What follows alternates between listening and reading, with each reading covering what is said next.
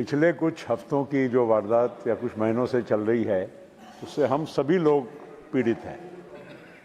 चाहे आप बोल रहे हैं या इधर के हम सब साथी हैं, सभी के मन में वेदना है कि इस प्रकार की घटना जो घटी ये नहीं होनी चाहिए।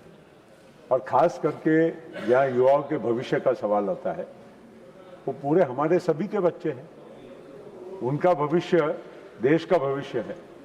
और भारत विश्व में सबसे युवा देश माना जाता है, जहाँ 65% आबादी 35 वर्षों से कम की है। यहाँ युवा और क्रीड़ा मंत्री भी बैठे हैं, ये स्किल डेवलपमेंट मंत्री भी बैठे हैं। इनसे बेहतर कौन जानता होगा कि इतनी बड़ी हमारी बहुत बड़ा हिस्सा, और उसमें भी 18 से 28 साल की जो उम्र जिसके बारे में विशेष करके हम लोग ये चर्चा कर रहे हैं, वो बहुत बड़ी मात्रा में हमारे देश में आज भविष्य के नागरिक बनने जा रहे हैं। तो इसलिए ये चिंता जो राम गोपाल जी ने भी व्यक्त की या बाकी सभी ने की, वो तो बिल्कुल जायज़ है। और ऐसा नहीं है कि ये कोई खुशी का मौका है कि इस प्रकार के यहाँ पर कानून बनाए जा रहे हैं। कानून कितने भी बनाएंगे, एसओपीज तो आज भी हैं, एसओपी नहीं थे ऐसा नहीं है, लेकिन एसओपी के में कुछ व्यक्तियों ने अपने निजी स्वार्थ के लिए इस पूरी प्रणाली में इस प्रकार की मतलब गलत वारदातों को होने के लिए ये इस तरह की हालात बनाए। और इसी वजह से जो पिछले कुछ दिनों की जो वारदातें हैं, अगर आपको दुख हुआ है, वेदना हुई है, तो सरकार को नहीं हुई, ऐसा क्यों हम समझते हैं? प्रधानमंत्री जी इसके बारे में संवेदनशील नहीं रहे हैं या सरकार संवेदनशील नहीं है, ये हम लोगों को सोचना ही गलत है। और इसीलिए ये कानून भी, और उसके बीच में जो सरकार ने एक बड़ी समिति बनाई है, वो समिति यही चीज़ों को दुरुस्त करने के लिए, ताकि ऐसी भविष्य में घटनाएं ना हो। और जो बहुत सारे जो यहाँ पर सदस्यों ने जो अपनी बात रखी है, लोकसभा में रखी है, निश्चित वो कमेटी जब अपनी एक नए जो फॉर्मूला बनाएगी, जिस तरह से परीक्षाएं होनी चाहिए, तो ये सारी बातों का उसमें समावेश जरूर होगा। और इसमें अच्छी बात है, तभी तो ये चर्चा होना जरूरी थी। हाउस बंद पड़े, हाउस में चर्चा ना हो और कानून बन जाए, उससे तो बेहतर है कि हम लोग यहाँ बैठ के बात कर रहे हैं और इनका रास्ता निकालने की कोशिश कर रहे हैं। हमारे साथी संजय अभी जो कह रहे थे, पिछले 10-12 वर्षों में प्रधानमंत्री जी मोदी जी के नेतृत्व में जो प्रगति शिक्षा प्रणाली में हुई है, शिक्षा की मात्रा में हुई है, ये कोई छोटी नहीं है। अभी अरे जो भी आपको बोलना है बोलिए, लेकिन मैं ये कहूँगा कि जो हुआ है इसको नज़रअंदाज नहीं कर सकते। आज जो हमारे युवाओं को जो अवसर चाहिए, वो अवसरों की वृद्धि भी हुई है। उस अवसरों की वृद्धि में मुख्य कारण ये है कि आज हमारे यहाँ पर चाहे मेडिकल हो, इंजीनियरिंग हो, या अनेक जो शिक्षा के जो हमारे अलग अलग जो कोर्सेज हैं, उसको बढ़ाने के लिए बहुत तेजी से काम हो रहा है। और इसीलिए वो आपके बाजू में बैठे हैं। तो इसीलिए मैं कहना चाहूँगा कि ये सारी जो बातें हैं, ये फिजूल में हम लोग केवल दूसरी तरफ हमारा ध्यान न केंद्रित करते हुए इसमें प्रणाली में क्या हम सुधार कर सकते हैं, इसके बारे में हम लोग चिंता करें। आज एक तरह से आप देखें कि अभी जो हमारे संजय कह रहे थे कि किस प्रकार की हमारे युवाओं को हम किस दिशा में लेकर जा रहे हैं, ये भी एक चिंता का विषय होना चाहिए। प्रोटेस्ट करना, रास्तों पे उतरना, इसके बारे में एक लोकशाही लोकतंत्र में कोई विरोध करने का कारण नहीं है। They should be allowed to protest, everybody in this country has a right to protest. मैं तो वही कह रहा हूँ, लेकिन हर चीज एक लोकतांत्रिक तरीके से, अगर मर्यादाओं को अगर हम छोड़कर किसी भी दिशा में अगर हम गाड़ी को हमारी भगाने की कोशिश करेंगे, तो उसमें एक्सीडेंट हुए बिना और कुछ नहीं होगा। एक्सीडेंट होगा हमारे देश का होगा, देश के भविष्य के साथ होगा। और इसी वजह से हम लोगों को कुछ ना कुछ यहाँ पर पार्लियामेंट में बैठ के जिम्मेदारी की भी बात करना जरूरी होगा।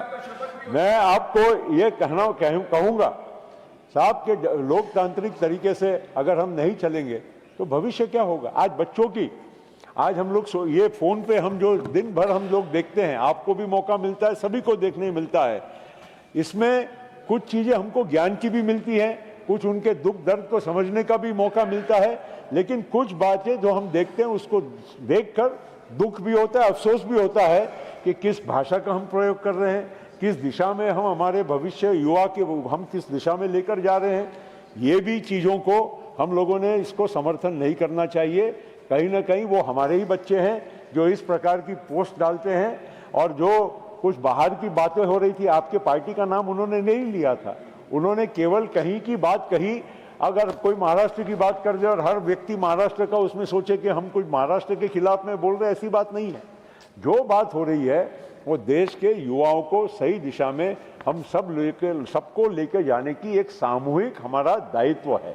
और इसी वजह से मैं यही केवल कहूँगा कि ये कानून तो खैर ठीक है, कानून तो ये सख्ती के लिए, इसको दुरुस्त करने के लिए जो भी हम कर रहे हैं अच्छी बात है, लेकिन हम सभी लोगों ने, वो कमेटी भी जो बनी है हमारे नंदन नीलेकनी की, उसके पास भी अगर हमारे पास कोई अच्छे सुझाव है तो जरूर, हम क्यों नहीं, हमारा भी एक संसद, यहाँ पर सांसद होने के नाते अधिकार है, उनसे बात करेंगे, समझाएंगे, कोशिश करेंगे कि शिक्षा प्रणाली में, परीक्षा की प्रणाली में सुधार हो, और ये हमारा दायित्व हमको पूरा करना चाहिए।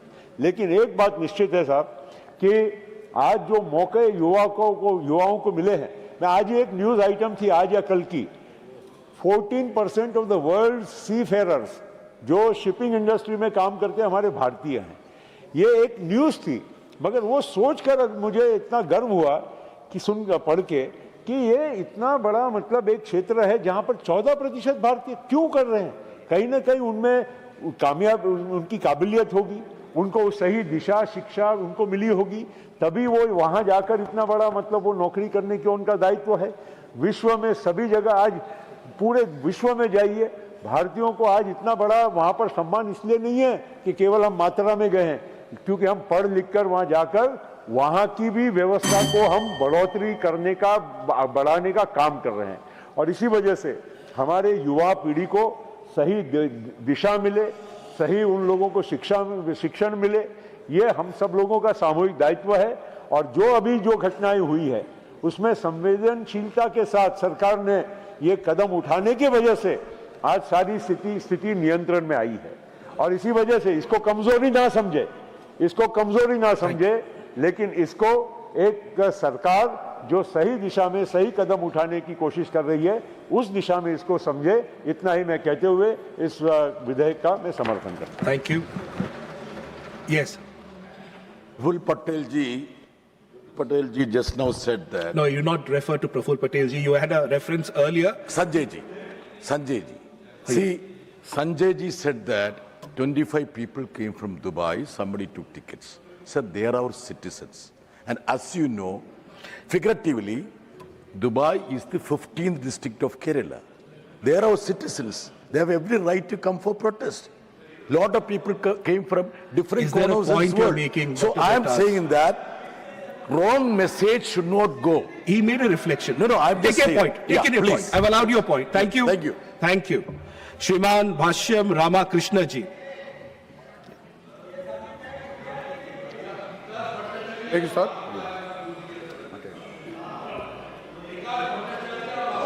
Dada, please commence. Honorable Deputy Chairman, sir, Speaking in Telugu. ఈ గౌరవ సభలో తొలిసారిగా మాట్లాడే అవకాశం కల్పించినందుకు మీకు నా హృదయపూర్వక కృతజ్ఞతలు sir. I also express my sincere gratitude to our Honorable Chief Minister of Andhra Pradesh, Sri Nara Chandrababu Naidu Garu, for reposing his trust in me and giving me the privilege of representing the people of Andhra Pradesh in this august institution. Honorable Deputy Chairman sir,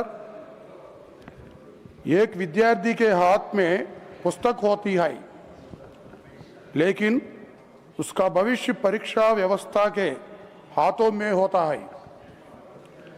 India is not merely an ancient civilization. It has always been a civilization of knowledge.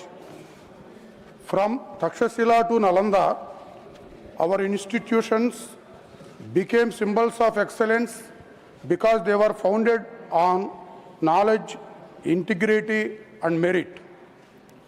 Our Guru Shishya Parampara teaches us that education is not merely about acquiring knowledge, It is about building character. That's why an examination is not merely a test of memory of academic ability. It is a test of honesty, fairness, and merit. Honorable Deputy Chairman, sir, when a student enters an examination hall, he or she carries much more than a pen and an admit card. ఆ విద్యార్థి వెనుక ఎన్నో సంవత్సరాల కష్టం ఉంటుంది, తల్లిదండ్రుల త్యాగం ఉంటుంది, టీచర్స్ గైడెన్స్ ఉంటుంది, ఒక కుటుంబం మొత్తం ఆశలు ఆకాంక్షలు ఉంటాయి. ఆ ఆన్సర్ షీట్ మీద కనిపించేది కేవలం ఇంకు కాదు, ఎన్నో నిద్రలేని రాత్రులు, ఎన్నో త్యాగాలు, ఎన్నో ఆశలు.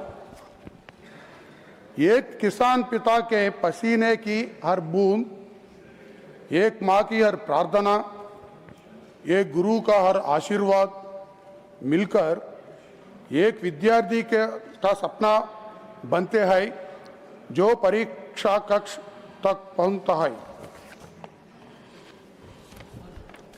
అందుకే an examination is not merely a test of memory. It is a test of honesty. It is a celebration of merit. It is a promise that hard work will never go unrewarded. కానీ ఒక paper leak జరిగినప్పుడు